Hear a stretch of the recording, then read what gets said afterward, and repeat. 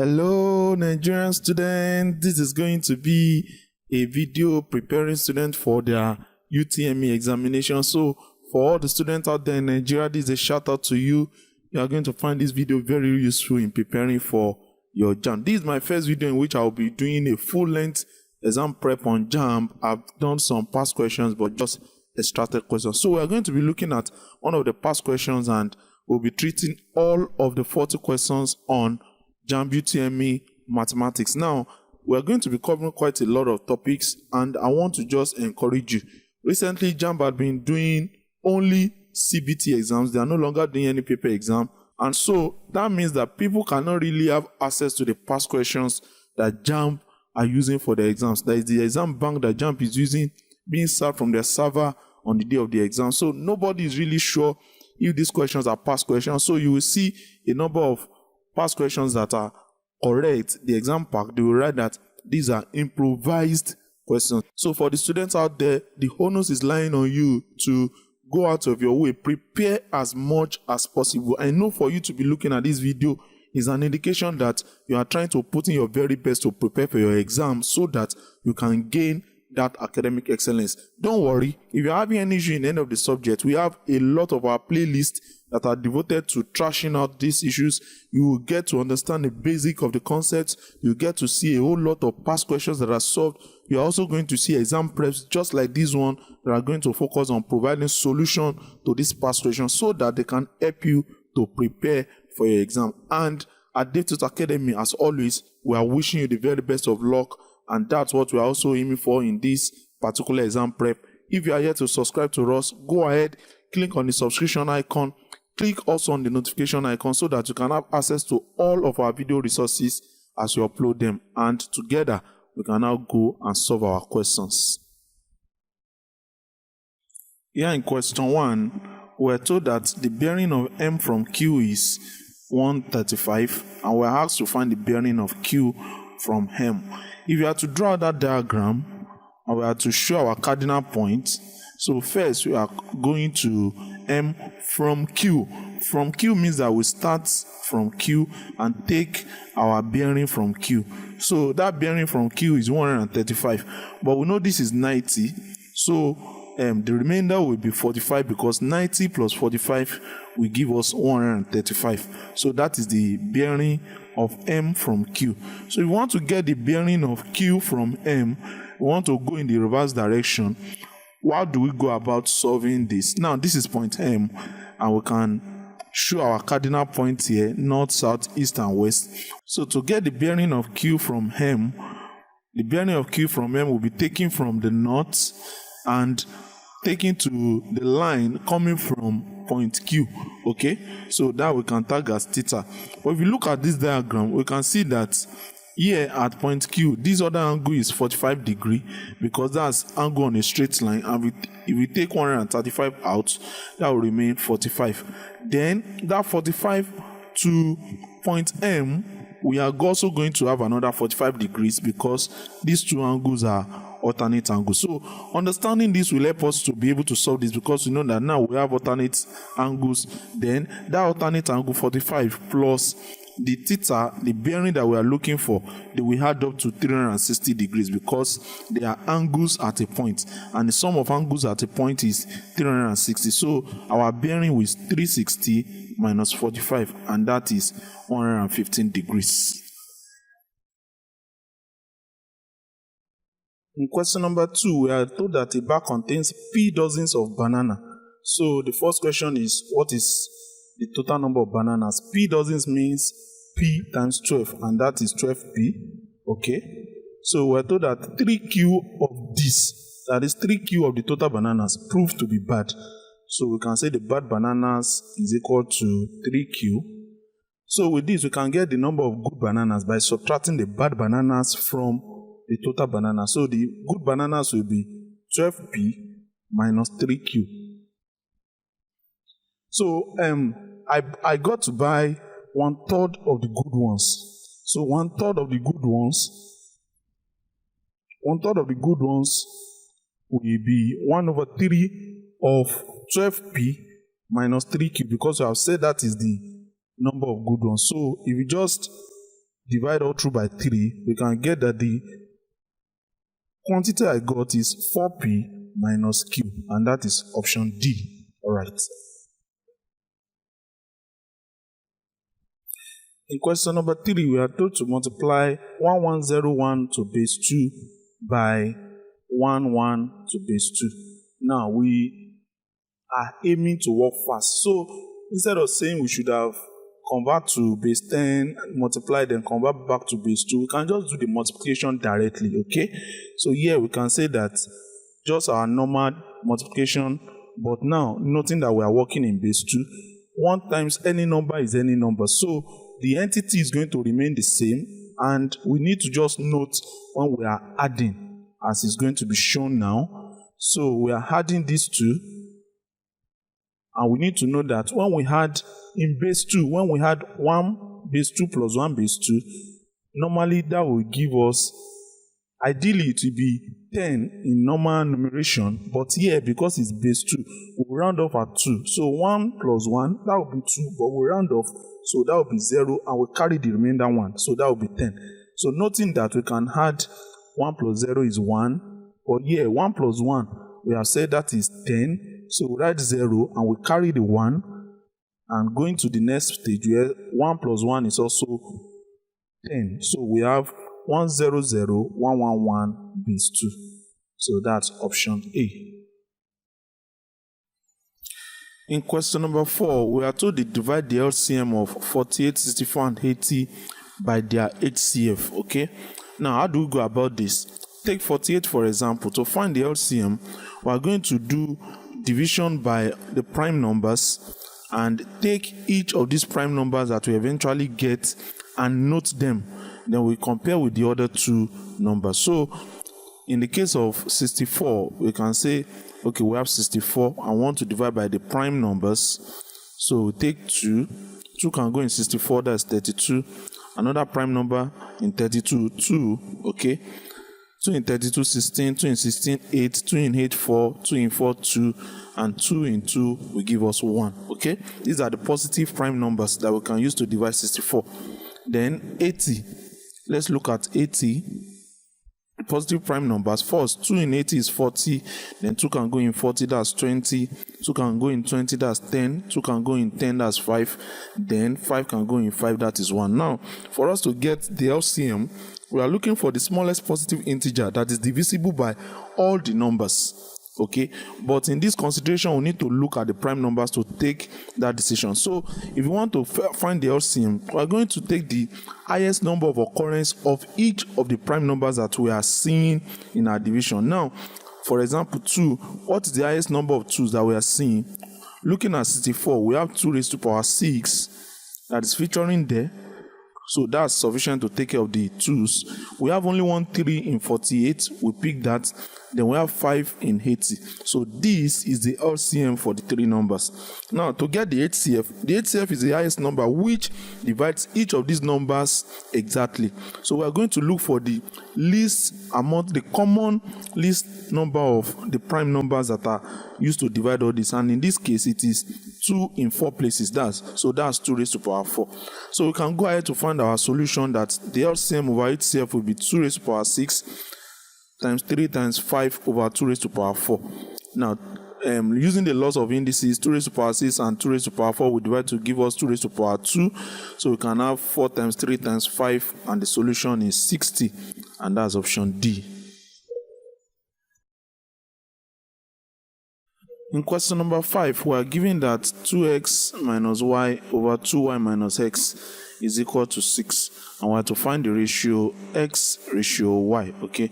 So if you write this out and equate it to 6 over 1, first we can cross multiply, because we want to express this in an equation in which we can say we want to have x over y or y over x, so that we can find the ratio. So going ahead to cross multiply, we'll have this, and if we open the bracket to the right, we have 12y minus 6x, okay.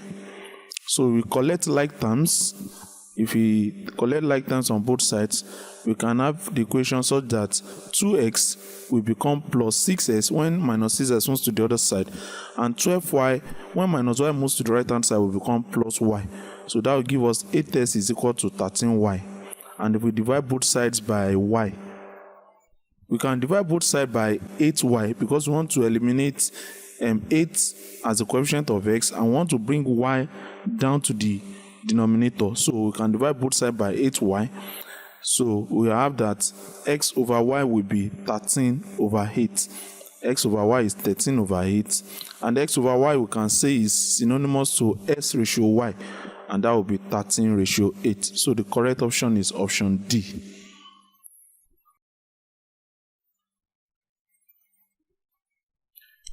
Here in question number 6, we're told that we need to find the principal that earns 1,693 naira 80 kobo in 10 years at a rate of 6% per annum. This is simple interest, and we know that the formula for simple interest is principal times rate times time. So we have to put in the values. We'll have 1693.8 is equal to, the principal is what we are looking for, so we have P, then the rate we are given to be 6% per annum, so we have times 6 times the time was given to be 10 years, and we can divide that by 100. So 10 can cut 100, and we can now say we want to cross multiply. Okay, if we want to cross multiply, we have P times 6 will be 6P, then we have 1693.8 times 10 will be 16938. We can divide both sides by 6 so that we have P to be equal to 6 in 16 is 6 can go in 16 in 2 places, that's 12, remaining 4. 6 in 49, that will be 8. 6 times 8 is 48, remaining 1. 6 in 13, that will be 2, that's 12, remaining 1. 6 in 18 is 3. So the principal is 2,823 naira. And looking at that, that will be our option B. That's the correct option.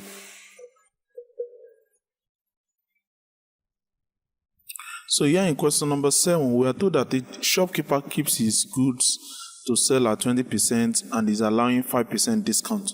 So what will be his percentage profit? As simple as it comes, all we need to do is just to subtract and we get 15%. So question number 8 here, we are told that a container in form of a cuboid has a base dimension 20 centimeter by 18 centimeters. Okay, so 3.125 liters is poured into the container.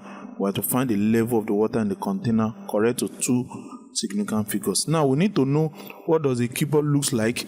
Then, since we are talking about the amount of water that is filling the cuboid up to a level, then we should know the formula for the volume of a cuboid. Since we have the base dimension 20 by 18 centimeters, we know that the volume of a cuboid is length times breadth times height, and that volume has been given as 3.125 liters.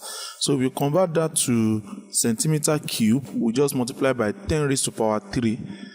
That will be the dimension in centimeter cube. So now we are looking for the height at which the volume of water is reaching the cuboid, and we can call that x, which will denote the water level. So now, using the formula that the volume of a cuboid, we're only considering the volume up to the level of the water. That will be length times breadth times height. So the height will be volume over length times breadth. So we now have all our values, and that height is x, the water level that we are looking at. So the volume is 3,125 divided by the length times breadth, that's 20 times 18. So we can cut 5 can go in 20 is 4. 5 can go in 3,125 to give us 625. Then we can say they're asking us to get this correct to 2 significant figures. Now, looking at this and looking at the options that we have 1.8 centimeter, 1.9, 2.0, and of course, all those cannot be the correct answers. So already I'm having an hint that it's likely to be 8.7 centimeters, but if I multiply the base, 4 times 18 will be 72. Okay, so now let's say 72 multiplied by 8, what is that going to give me? Oh, good. So now seeing that the product of 72 and 8 is close to this particular number that we are requested to find. And of course, I don't want to waste time when I'm working in JAMB UTME, so I can just go ahead and pick this option as my correct answer. Question number 9. We have to find the values of x if 3 raised to power x squared minus 1 is equal to 27 divided by 3 raised to power minus 3x. Okay. So what do we do in solving this type of equation? We are seeing that first, 3 can be a factor that is common to all of the entries that we are seeing here. 27 can be expressed as 3 raised to power 3. That's 3 times 3 times 3. So we can convert everything to base 3. In indices, when we have division, we can subtract the power. So we have 3 raised to power 3 minus 3x. And if you open that bracket, that will be 3 raised to power 3 plus 3x. Now, since the bases are equal, the powers definitely will need to be equal. So we can cut out the 3 such that we have this equation that we can rearrange to give x raised to power 2 minus 3x minus 1 minus 3 is equal to 0. So here we can see that this is a quadratic equation that we can solve by factorization. Like here, we have minus 4 and minus 3x. So the minus 3x in the middle, if you render it as minus 4x plus x, we see that it's still minus 3x. But it will help us to factor now. So we can say x is common to the first two terms, and that will remain x minus 4 plus 1 into bracket x minus 4 is 0. With this, our solution is out already. We can have x plus 1 multiplied by x minus 4 is 0, such that the solution is now x is equal to minus 1 or x is equal to 4. And that will be the right option, option A. In question number 10, we are asked what the value of 16 raised to power 1 over 8, what is going to be. Now, 16, normally we know that will be 2 raised to power 4, but that's 2 times 2 times 2 times 2. That's 4 times 2, 8 times 2, that's 16. So we can write this expression as 2 raised to power 4 raised to power 1 over 8. Now, looking at the powers, we can just cut out. That will give us 2 raised to power 1 over 2, and that is root 2. So the correct option is option number D. All right. Here in question number 11, we are to find the value of 6 root 10 multiplied by root 8 multiplied by 3 root 5. So let's write that out. 6 root 10 times root 8 times 3 root 5. Now, looking at 10, we can express 10 as root 2 multiplied by root 5. That's root 10, okay? We can express 8 as root 2 times root 4. And we have 3 root 5. I'm doing this because we want to get as many similar roots as possible. So here, we can say that root 4, we know that is 2. So we can say this is 6 multiplied by 2 multiplied by 3. All the numbers without roots. Then the numbers with roots, we have root 2 times root 2, the 2 root 2's, okay? Then we have root 5 and root 5. So root 5 in 2 places, and that is all we have there. 6 times 2 is 12, 12 times 3 is 36. Now, root 2 times root 2 is as if we are saying 2 raised to power, root 2 raised to power 2 and root 5 raised to power 2. So that will be 36 times, root 2 raised to power 2 is 2 raised to power half multiplied by 2 on the power, and the same with 5, so that our solution will be 36 times 2 times 5. 36 times 2 is 72 times 5 is 360. Option D. In this question number 12, we're to simplify and express this fraction that we're giving in standard form, and we're giving 2.25 times 10 raised to power 12 divided by 0.015 times 10 raised to power 8. What I love to do is to just write all this without any decimal place. So for 2.25, if we move back 2 steps, we're going to have times 10 raised to power minus 2 introduced. Then for the denominator, we are moving back 3 steps. So we have times 10 raised to power minus 3 introduced, okay? So with this, I can just now divide by 5. 5 can go in 15 and 2, 25. That will be 3 and 45.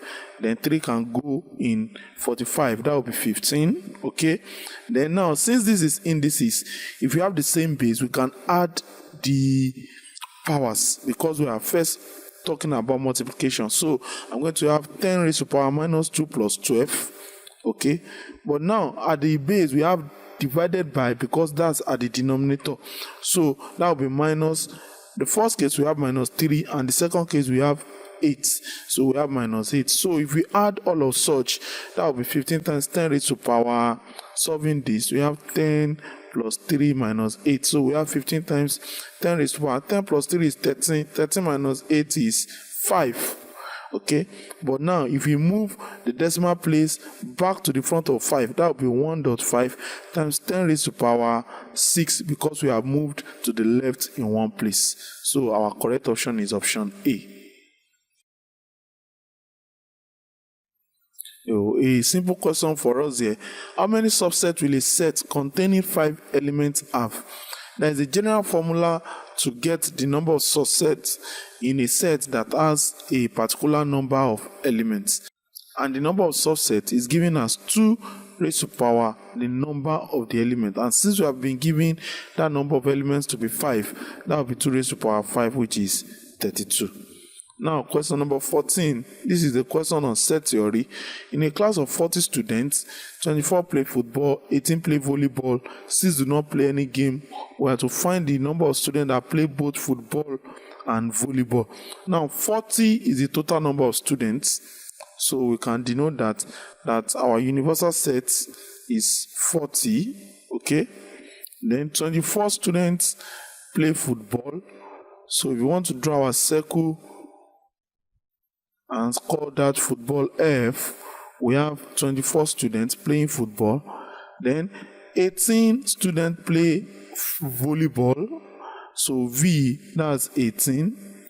Then 6 students do not play any game. They don't play either of football and volleyball. But now we are asked to find the number of students that play both football and volleyball. Now that is the point of intersection that we can denote as X. And because we are taking X out of those who are playing football and volleyball, we subtract from each of those subsets. Now the addition of everything we can equate to 40, and then we'll find the value of X. That's exactly what we are doing here. So we can say X can cancel X because it's minus X plus X. We have 24 plus 18 plus 6. That will be 48 and minus X. So when minus X moves to the right hand side and 40 moves to the left, we have 48 minus 40 is X, meaning that our X is 8. So 8 students play both football and volleyball. Here in question number 15, we are told that when X is equal to 4 and Y is equal to minus 4 and M is equal to minus 1 over 4, we are to evaluate this expression that is put in brackets saying X raised to power 2 times Y minus Y raised to power 2 times M multiplied by MX minus MXY. Okay? Well, looking at this, we can just say we want to factor out so that we can simplify our work. And Y is common in the first bracket. So when we bring out Y, we have X raised to power 2 minus MY.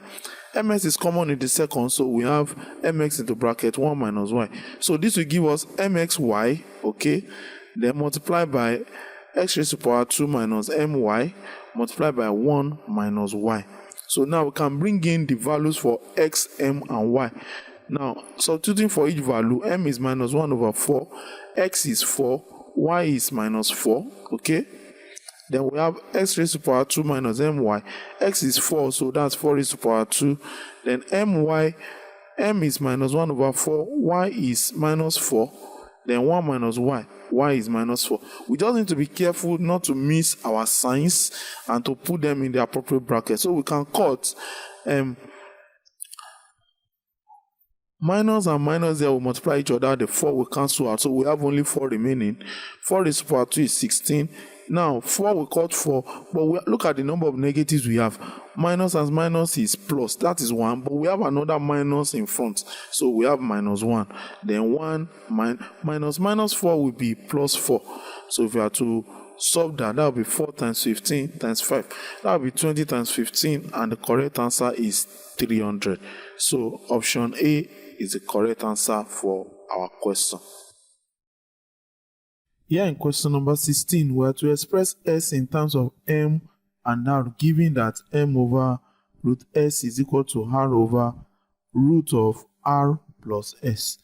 Okay, now to make s the subject of the formula here, what we need to first do is to get rid of the square root. So we are going to square both sides. In squaring both sides, that means we are going to square the numerator and the denominator.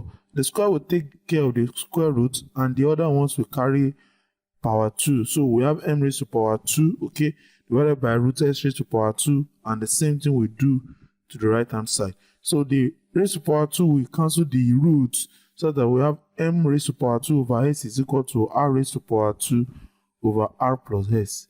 We cross multiply on both sides to have m raised to power 2 r plus m raised to power 2 s is equal to r raised to power 2 s. Now s is there, we can move it to the right hand side so that we have r raised to power 2s plus m raised to power 2 multiplied by s.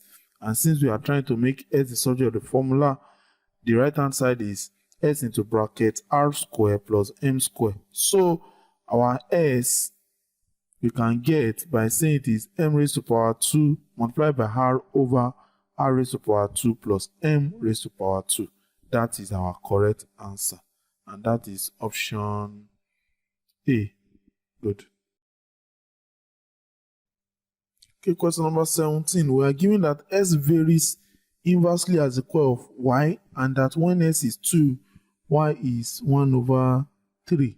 We have to find the value of x when y is 1 over 2. This is a question in variation. So the first statement is saying that x varies inversely as the square of y.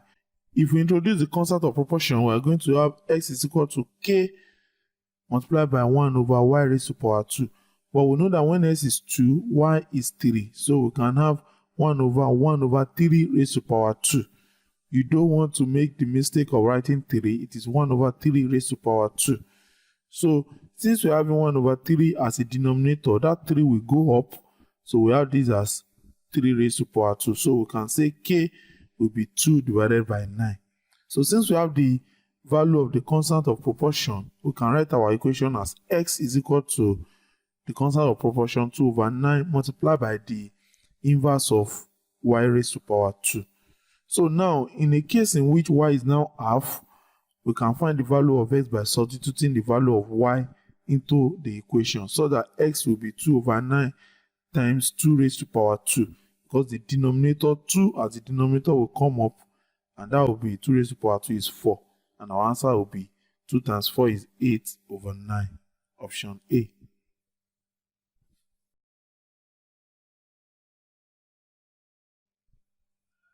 Question number 18. We are to find the remainder when the polynomial s raised to power 3 plus 5s squared minus 3x minus 6 is divided by x plus 1. We could have opted to use the long division, but in JAMB, we are trying to work smart and fast. Time is of the essence. So we use the remainder theorem, and here, when they are telling us the dividing function is x plus 1, we can just say x plus 1 is 0, so that x is minus 1.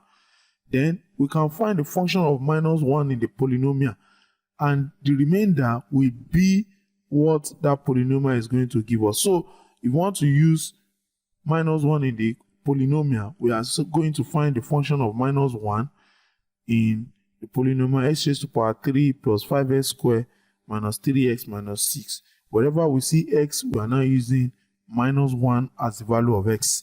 So if we are to put that value and noting our negative sign, minus 1 raised to power 3 is minus 1, minus 1 raised to power 2 is 1 times 5 is 5, minus 3 times minus 1 is plus 3, and we have minus 6. And if we evaluate that, that will be 1. Question number 19, we are to factorize 12r raised to power 2 minus 27y squared. What we need to note here is that we are seeing a difference of 2 squares. We have r raised to power 2, we have y raised to power 2. So that's hinting at a difference of 2 squares. But we have 12 and 27. Well, we can actually look for the factors of 12 and 27, and we can see that 3 is common to both. So if you factorize 3 out, this is what we are going to have, and meaning that we can say this is 3 into 2r raised to power 2, because 2 raised to power 2 is 4. then 3y raised to power 2 because 3 raised to power 2 is 9. So now this is giving us a perfect difference of two squares. And difference of two squares is telling us that if you have something like a square minus b square, that is a minus b into bracket a plus b. Because if we expand that, the ab and minus ab will cancel out and we'll find the right hand side. So this is mathematically correct. If we use this in our equation, we have 3 into 2r minus 3y into bracket 2r plus 3y. And that is the complete factorization of our question. That is option B. So here, question number 20. Again, factorization. We have to completely factorize 2xr minus 3yx minus 2sx is plus 3yr. All we just need to do is go ahead and look for the common factors in all of this. We have 2 and 2. We have 3 and 3. So let's group them together. So we have 2x into bracket r minus s, because 2s is common to both. Okay. And in the other case, we have 3y. So we can say plus 3y into, here, the one carrying positive we have to come first because we are putting plus 3y as our factor. So we have plus 3y into r minus s. Now, we have r minus s is also common to both. So we can just factor that out. That's the same. So we can say we have 2x plus 3y into bracket r minus s. That is the correct option. And we need to just look at our options and see which one is synonymous to that. That is option B. Option B is the right.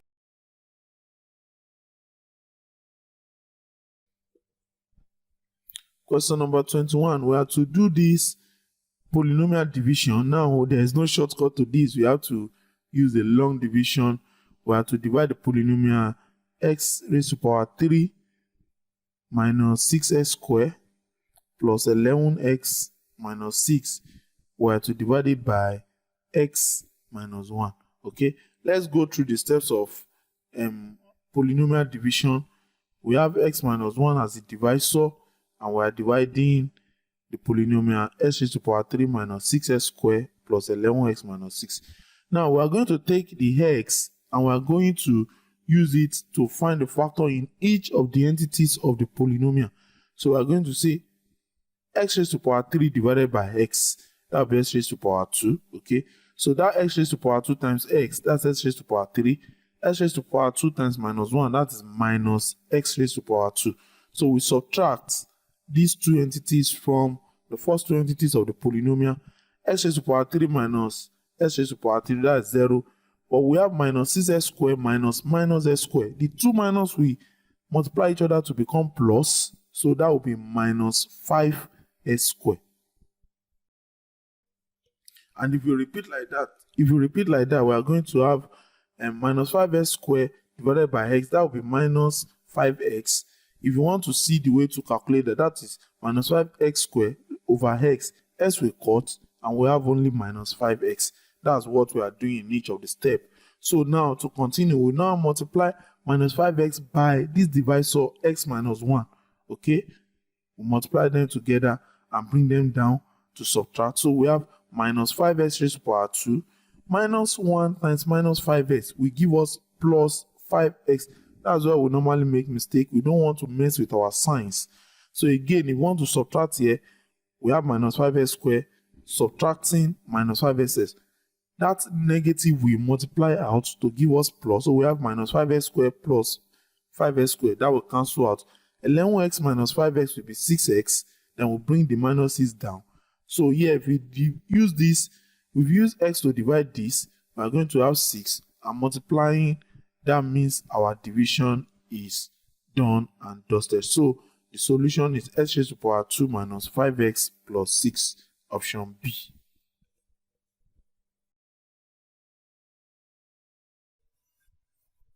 Question number 22. We are trying to find the range of values for t if 3t over 4 minus t over 5 plus 3 is greater than t over 2. Now, this is a question in inequality, and all we have to do is to solve for t while we are working with our inequality sign. So, first, we can say we want to find the LCM of the left-hand side. 4 and 5 are the denominators. Their product is 20. 4 in 20 is 5. 5 times 3 is 15t. And in the same way, 5 in 20 is 4. 4 times t is minus 40. Then 20 times 3 is 60. This is greater than t over 2. 2 can go in 20 to have 10. And if you just take 15t minus 40, that's 11t plus 60 is greater than 10t. So 10t coming to the left-hand side, we have minus 10t. Then 60 going to the right-hand side, we have minus 60. So we have t is greater than minus 60. Option C. Our next question here, we are told that the first term of the sequence x plus 1, 3x minus 18, 2x minus 1, the sequence is an arithmetic progression, okay?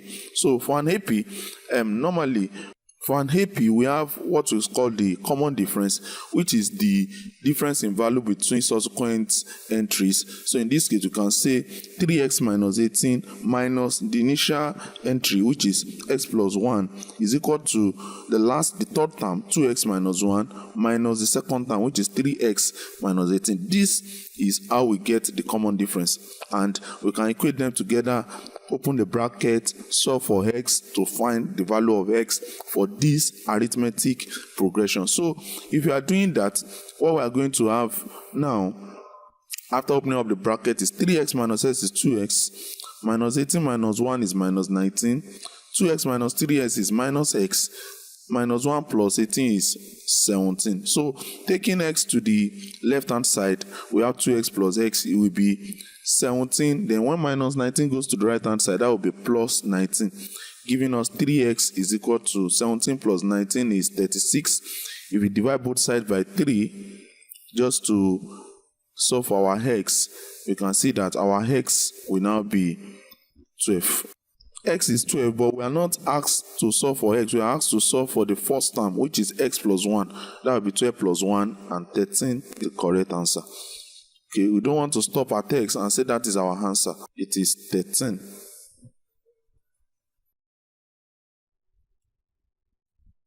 So here in question number 24, we're told that if 5x, y, and 40 are in geometric progression, we are to find x and y respectively. Now, if we are very observant and we can actually look at this critically, we can say 5x, y, and 40. This is GP. Geometric progression means that we are looking at something that is referred to as common ratio.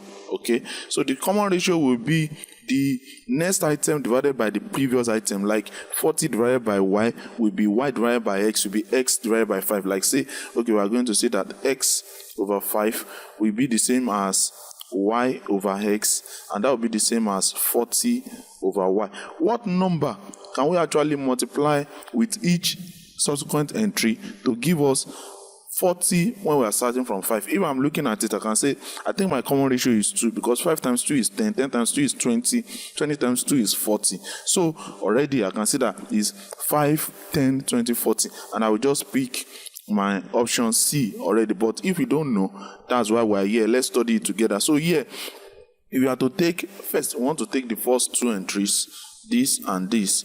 If you say x over 5 is equal to y over x, we can cross multiply so that we have 5y is equal to s squared. Or we can say that y is equal to x raised to power 2 over 5.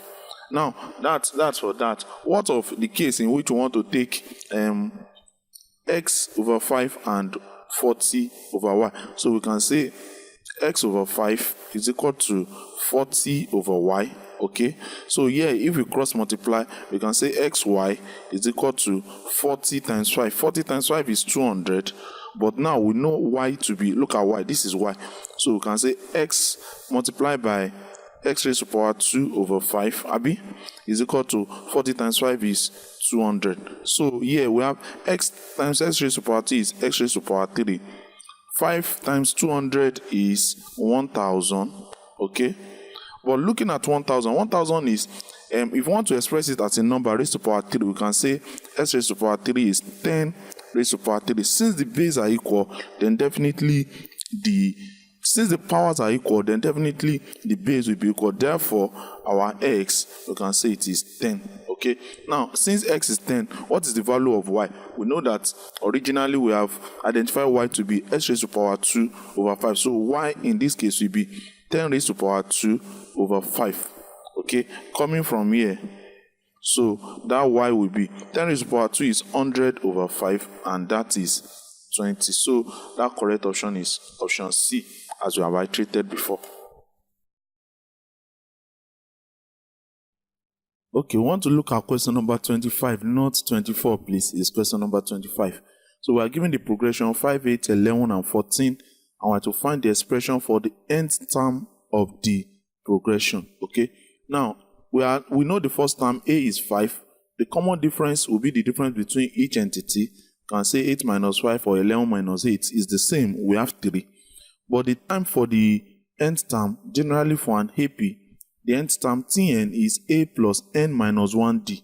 A is the first term, n is the number of terms, d is the common difference. So that's the formula for the nth term. So if you want to input the values of A and D, we can say that is 5 plus n minus 1 times 3.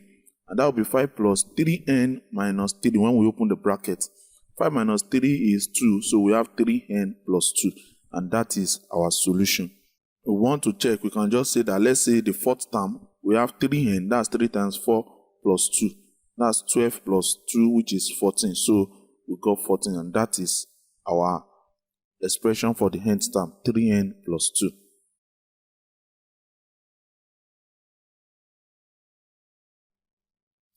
Question number 26 now. A binary operation asterisk is defined over the set of real numbers such that x asterisk y is equal to x raised to power 2 plus 2y. We have to find s asterisk y if x is 4 and y is 3. This is quite simple. What we need to do is just to substitute for the values of x and y on the right hand side. So we have x asterisk y will be x raised to power 2, that will be 4 raised to power 2 plus 2 times y, that's 2 times 3. We just have 16 plus 6, and that will be 22. As simple as that. C is the correct answer. Question number 27. The interior angle of a regular polygon is x times the exterior angle. We have to express the number of sides of the polygon in terms of x. Let's say we don't know the number of sides, we just have a regular polygon, okay? So let's say now the interior angle here, we are told that it is x times the exterior angle, meaning that if the exterior angle is A, the interior angle will be A times x, because they say it is x times the exterior angle, okay? So we have that already. Now we have to express the number of sides of the polygon in terms of x. We need to recall the exterior angle and the interior angle are angles on a straight line. So if we add them together, they are going to give us 180 degrees, because that's the sum of angles on a straight line. So with this, we can say we have a tool, a formula that we can use to try and solve this. And then we also know that the sum of exterior angles of a regular polygon normally is supposed to be 360 degrees if you add all the exterior angles of the polygon. So now we are given that the number of sides is n, then the exterior angle that we have found as A multiplying by the number of sides, that's going to give us 360 degrees. So now we just need to express n in terms of x, but our x we can get from a plus ax is equal to 180 to b.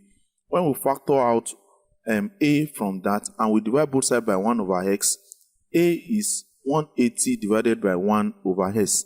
So n, if we want to find n from an is equal to 360 degrees, n will be 360 over a, and that a we have gotten initially, that will be, n will now be 360 over 1. Instead of dividing by a now, we can reverse a and say times 1 plus x over 180. So n will be 2 into 1 plus x. It's just a juxtaposition of our formulas to get this, and the correct option is C. Question number 28. We are given this figure and we are told that angle X is 100 degrees, angle Y is 140 degrees. We have to find X, we have to find angle Z if line PQ and line RS, they are parallel. Okay, so for us, we need to just understand the properties of angles, properties of parallel lines and transversal corresponding angles, alternate angles, to be able to solve this. So if you replicate the diagram, and you can just divide it, you can introduce another parallel line at point Y, but I want to extend one of the transversals, one of the lines running across the two parallel lines. I just want to extend to the other. Then I will use the properties of transversals, parallel lines to just solve this particular question. So if we have this here, you can say we want to try and solve this. X already we are given to be 100 degrees. Okay, so that angle X at the upper part of the diagram and this lower angle here being shown in red, they will add up to 180, because the other angle in front of X is actually 80, because there are angles on the line. 80 and 80 here, they are alternate angles, or you can say X and 80, they are corresponding angles, so that is 80. Now, Y we are given to be 140 already, and the angle on the straight line is 180, so the remaining angle beside Y, that will be 40. Now, Z will be the sum of the two interior angles of the triangle, because it's an exterior angle to the triangle, and the exterior angle of a triangle is equal to the sum of the two opposite interior angles. So our Z will be 40 plus 80, looking at that triangle that's been shown in blue. So Z will be 40 plus 80 degrees, and that will be 120 degrees. Okay, question number 29 now. In the figure, we are asked to find the value of X. Now, here is the figure I'm reproducing so that I can enlarge and show how we go about solving for X. We have 40, we have 65, we have 70, and we are looking for the angle X here. Now, looking at this diagram, how best can we go at this? If we take this region that's being shown in blue, we have angle on a straight line there, and if we subtract 40 from that 180, we are going to have that inner region shown in blue as 140 degrees. Now, 65 plus 70 plus 140 plus X, they are going to sum up to be 360 degrees, because this is the sum of angles of a quadrilateral, a polygon with four shapes, just like a rectangle. Okay, you know that a rectangle is 4 right angles, that's 4 times 90, that's 360 degrees. This is also a polygon with 4 sides. It's just that it's not a rectangle, it is a quadrilateral, but it's just having 4 sides like the rectangle. So if we add all of this, we can just subtract the sum of the left hand side from 360 to get our X. So X will be 360 minus, we have 140 plus 70 is 210, 210 plus 65, that's 275. So 360 minus 275 will give us X, and that will be 360, 275, 15 minus 7, 85. So that will be 85 degrees. Option B is the correct answer. In this question number 30, we are asked that which of the following triangles that were drawn are similar. There are properties of similar triangles that we need to know. And one of such is that they have the same proportion or side ratio. Okay? It's either they are the same sides or proportional to each other. Now, if you look at triangle 1, we have its sides to be 4, 6, and 8. Triangle 2, we have 2, 3, and 4. So we can see that triangle 2 and triangle 1, they are actually proportional to each other in a ratio of 2 to 1. Then triangle 3, we have 8, 7, and 12, but that is not corresponding to any similarity between any of the other ones. So the correct option is option A. In question number 31, we are given a diagram and we are told that PR and SR, they bisect angles QPS and QSP respectively. We have to find the value of the angle marked X shown in red. If you are to redraw this diagram out, just for the sake of explanation, we can say here we have 84, Then here is the x that we are looking for. But we have an angle here which had been bisected into two. So we can call that A, and the other angle that is bisected. Bisected means divided into two equal parts. So we have division into A in two places and B in two places. So we can now look at, here we can see we have two triangles, a bigger triangle PQS and a smaller triangle PRS. Now if you sum the angles in the bigger triangle PQS, we can say we have 2a plus 2b plus 84 is 180 degrees. So if we factorize that 2a and 2b, we can have that 2 into bracket a plus b will give us 180 minus 84, and that is 96. Okay, so a plus b from the bigger triangle we have gotten to be 96 to be 2, and that will be 48 degrees. That's the sum of angles a and b. But we're asked to find angle x. Now from the smaller triangle PRS, we can see that if we also sum that angles, a plus b plus x is going to give us 180 degrees or so. That's the sum of angles of a triangle. But we already got a plus b to be 48, so we can say 48 plus x is 180 degrees, such that x will be 180 minus 48. And 180 minus 48 is going to give us 132 degrees. So the correct option is option B. Option B is the right answer. Okay, moving on to question number 32, which I've drawn out for us here. We are given that O is the center of the circle and we are to find angle X. We are given this angle in this segment to be 35 degrees. Now, how do we go about solving for S? This will need us to apply the theorems of circle that we know. Because we are seeing that is the diameter running through P and R, the angle subtended at the circumference by that diameter is going to be 90. That is angle subtended by the diameter of a circle. We can say that angle at the center of the circle is a straight line, that's 180. Half of that is 90. So we got our angle PQR to be 90 already. So now we can now look at, looking at the triangle circumscribed in the circle, we know 30 already, we know 35 already, we just got 90. So we can get the third angle A to be 180 minus the sum of 90 and 35, because sum of angles of a triangle is 180. So A will be 180 minus 90 plus 35 is 125. So the angle A will be, this will be 55 degrees. Okay. So now looking at the triangle TPQ now, we can now solve in whatever way that we want to say. And say looking at the triangle TPQ, or we can even say now angle TQP there is also equal to 35 degrees. That is the alternate segment angle. It is alternate to the angle PQR that we are given in the diagram. Is an understanding of our theorems that will make us to postulate all of this. So now x plus 35 is equal to A, because the sum of interior angles of a triangle is equal to the exterior angle. So look at how we are applying all of this. So we can say that x will be A minus 35, and A was found to be 55, so that x will be 20 degrees. Option D.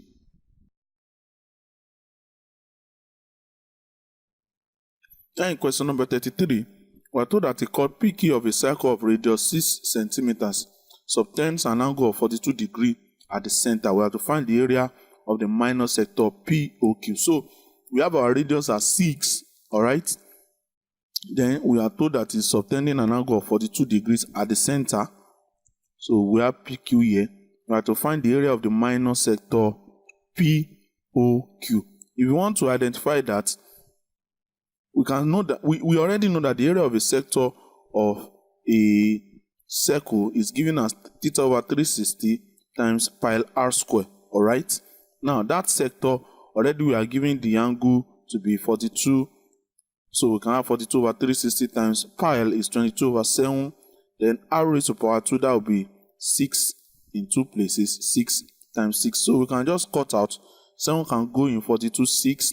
That 6 can go in 360, and we knock out the 2 6. So we have 6 times 22 over 10, and if we cut, that will be 66 over 5. 66 over 5 will be 5 in 6 is 1, remaining 1. 5 in 16 is 3, remaining 1. That's 1 over 5. 1 over 5 is dot 2. So we have 13.2 centimeters square as the area of the sector of the circle. Option C. In question number 34 here, we have this figure that we are given and we are to find the area of the figure. The figure is looking like a Z, okay? It's looking like Z, but if we just divide into 3 different shapes so that it can be simplified for us to work with. Let's say we have one rectangle at the top, another rectangle at the base, and this is a parallelogram. Yes, this is now a parallelogram at the middle. If we want to take out our dimensions, we have 10 here, 45 at the top, but initially we are given that this is 60. The whole length of the shape was 60, but we've taken out 10 and 10. Then from the 45 we have taken out 30, so we have 15 here and 15 at the top. Then between the two rectangles, the one at the top and the one at the bottom, initially the whole length is 60. We have taken 10 out at the top, 10 out at the bottom, so we are left with 40. All right, so this is the dimension of the separate shapes that we have. We can name them shapes A, B, C, so that the sum of the areas of the 3 shapes will give us the shape of the entire figure. Now, looking at the triangular shape that we have at the middle, because we want to get the length of the side of the parallelogram, we have 30, we have 40. Now, for those of us who are very versed with Pythagoras theorem, we know this is going to be 50. But if you are not versed with that, you can still solve it out using Pythagoras theorem. The hypotenuse square is the sum of the adjacent square plus opposite square, and x will be gotten to be 50. So now we have our shapes A, B, and C here. So A and C are rectangles, B is a parallelogram. All you just need to do is to put in the formula for the areas of all these shapes. So now we have the area of shape A, shape B, and shape C. And we are to get that A is 45 by 10, so we have 45 multiplied by 10, length times breadth of a rectangle. Parallelogram is also length times breadth, so 15 times 50. And then the shape C, 45 by 10. We can just multiply this out, add them together to have 450 plus 750 plus 450. That's 900 plus 750. That's 1650 centimeters square.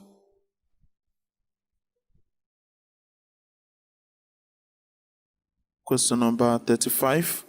We're asked to find the length x in the diagram. I've drawn out the diagram as it was not shown in the exam pack. So here, to find x, we are told that, see, looking at this diagram, we have right angle triangles in 3 places. So from the first triangle, EAB, if we take the hypotenuse to be A, we can apply Pythagoras theorem to say a raised to power 2 will be 2 raised to power 2 plus 2 raised to power 2. And that will be 8, such that our A will be the root of 8. And root of 8 is root of 4 times 2. That will be 2 root 2. Okay? So that value we can use in the second triangle ABC to find the hypotenuse of that triangle, which is B. So from triangle ABC, we can say the square of the hypotenuse, B square, is equal to the square of the sides, the sum of the square of the sides. That's A raised to power 2 plus 2 raised to power 2. But A raised to power 2 we got as 8. Then we have plus 2 raised to power 2, which is 4. That's 12.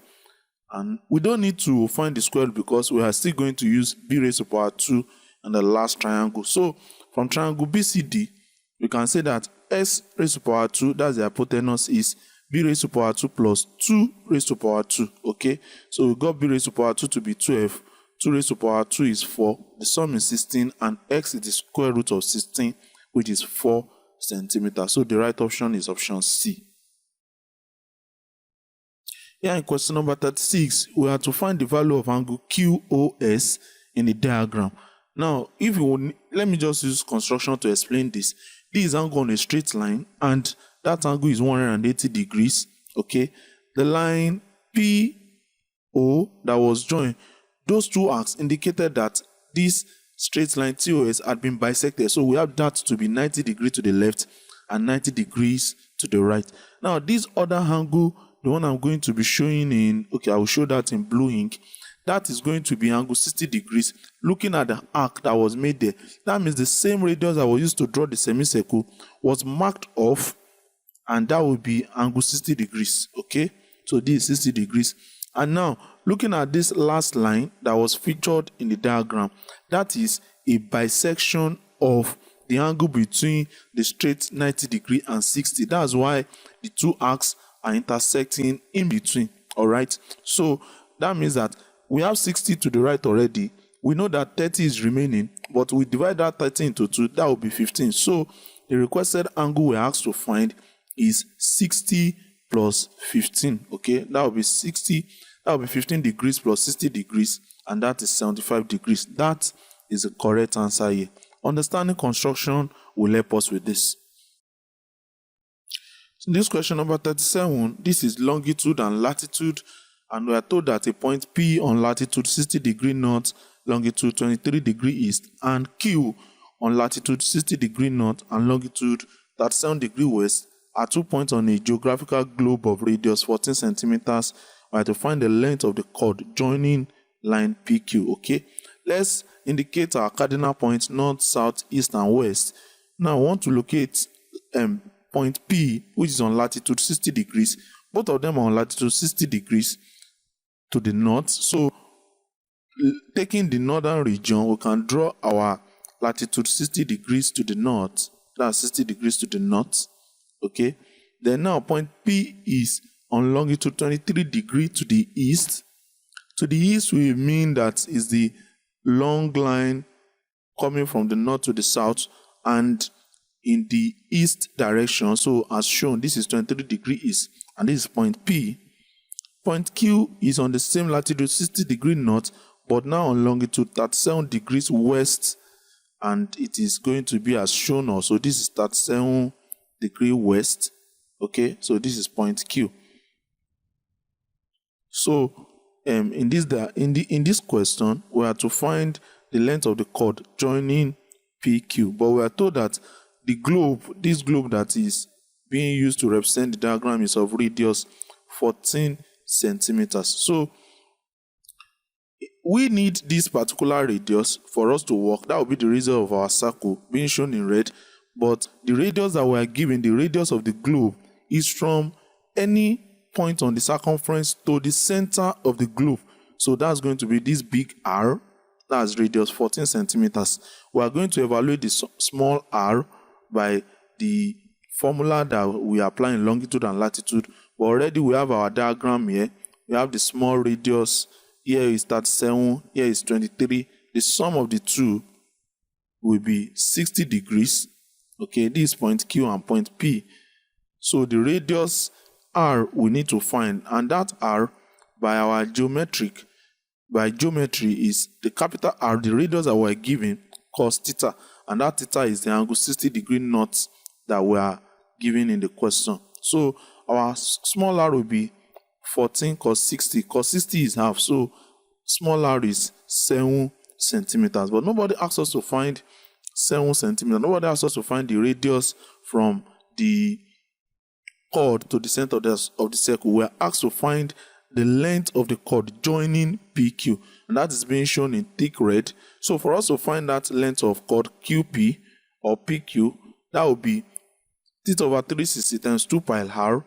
Our theta already we see from our diagram is 60 over 360 times 2 pi r. Pi is 22 over 7. R we have gotten to be 7. We can cut 60 here 1, 60 here 6, 7 cut each other. So we have 44 over 6 centimeters.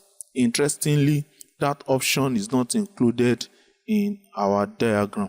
Okay, the closest is just option A, which is 7 centimeters. If you are sure of what you've just worked out, I will advise that it is best not to pick any of the options. But if you are not sure, you can just take a guess, look critically at the options, and pick one that will be suitable for you.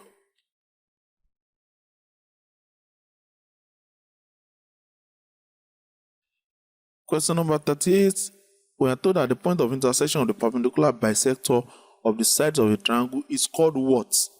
Now, the correct answer here is called the circumcenter of the triangle, and it is as shown if we take any of the side of the triangle and we bisect it perpendicularly, okay, that is at 90 degrees to each of the sides, like side AB, let's say this is the perpendicular bisector, is dividing the side into two equal sides and is running perpendicular to that particular side. From side AC, this will also be the perpendicular bisector, and from side BC, this will be the perpendicular bisector. The point of intersection of the three bisectors is what is referred to as the circumcenter of the triangle. So the correct option here is option B.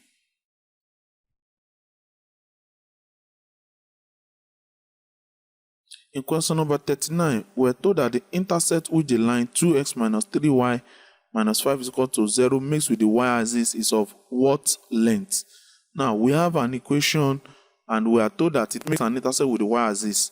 They want to get the length of that particular line, okay? So now, to explain, let's look at a straight line graph. We have the y-axis and the x-axis. Now, for them to say that it makes an intercept with the y-axis, that means it's here. This is the intercept. It's generally tagged as C, okay? But at that intercept, what we need to notice is that what is the value of x? At the intercept, x is always equal to 0, okay? X is not negative, x is not positive, x is 0. So that means that for us to get the intercept in this particular equation of a line, we can equate x is 0 into the equation, and whatever we get will be the length of that intercept. So if we do that, we are going to have minus 3y is equal to 5. So y will be minus 5 over 3. And that will be the correct option is option C. Option C.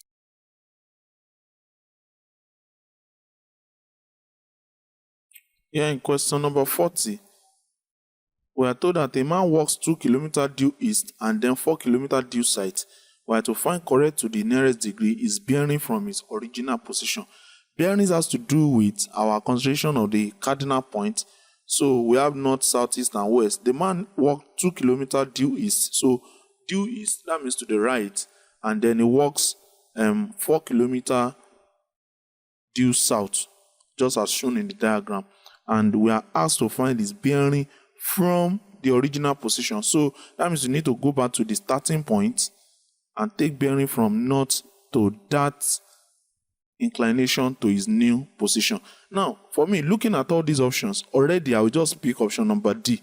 Why? Because that theta that we are looking for is more than 90 degrees. A, B, C, they are less than 90 degrees, so they cannot be the solution. But if we want to solve this, we have our triangle and we can use SOHCAHTOA.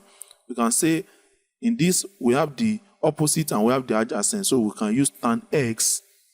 Okay, x being the angle in the triangle, but note we are looking for theta. So x will be arctan 4 over 2. Arctan 4 over 2 is arctan 2. Okay, so since we are not allowed to bring a calculator, we can only use the system calculator. 4 over 2 is 2, and arctan 2 is 63.43. That's 63.43. Now, the mistake would have been that you want to pick option C. That would be wrong. That is not the bearing. Bearing is always starting from the north. So theta is 90 plus x. That will be 90 plus 63.43. And since bearings are also taken in 3 digits, we don't have decimal places in bearings. So the correct answer for this particular question is 153 degrees. That's option D.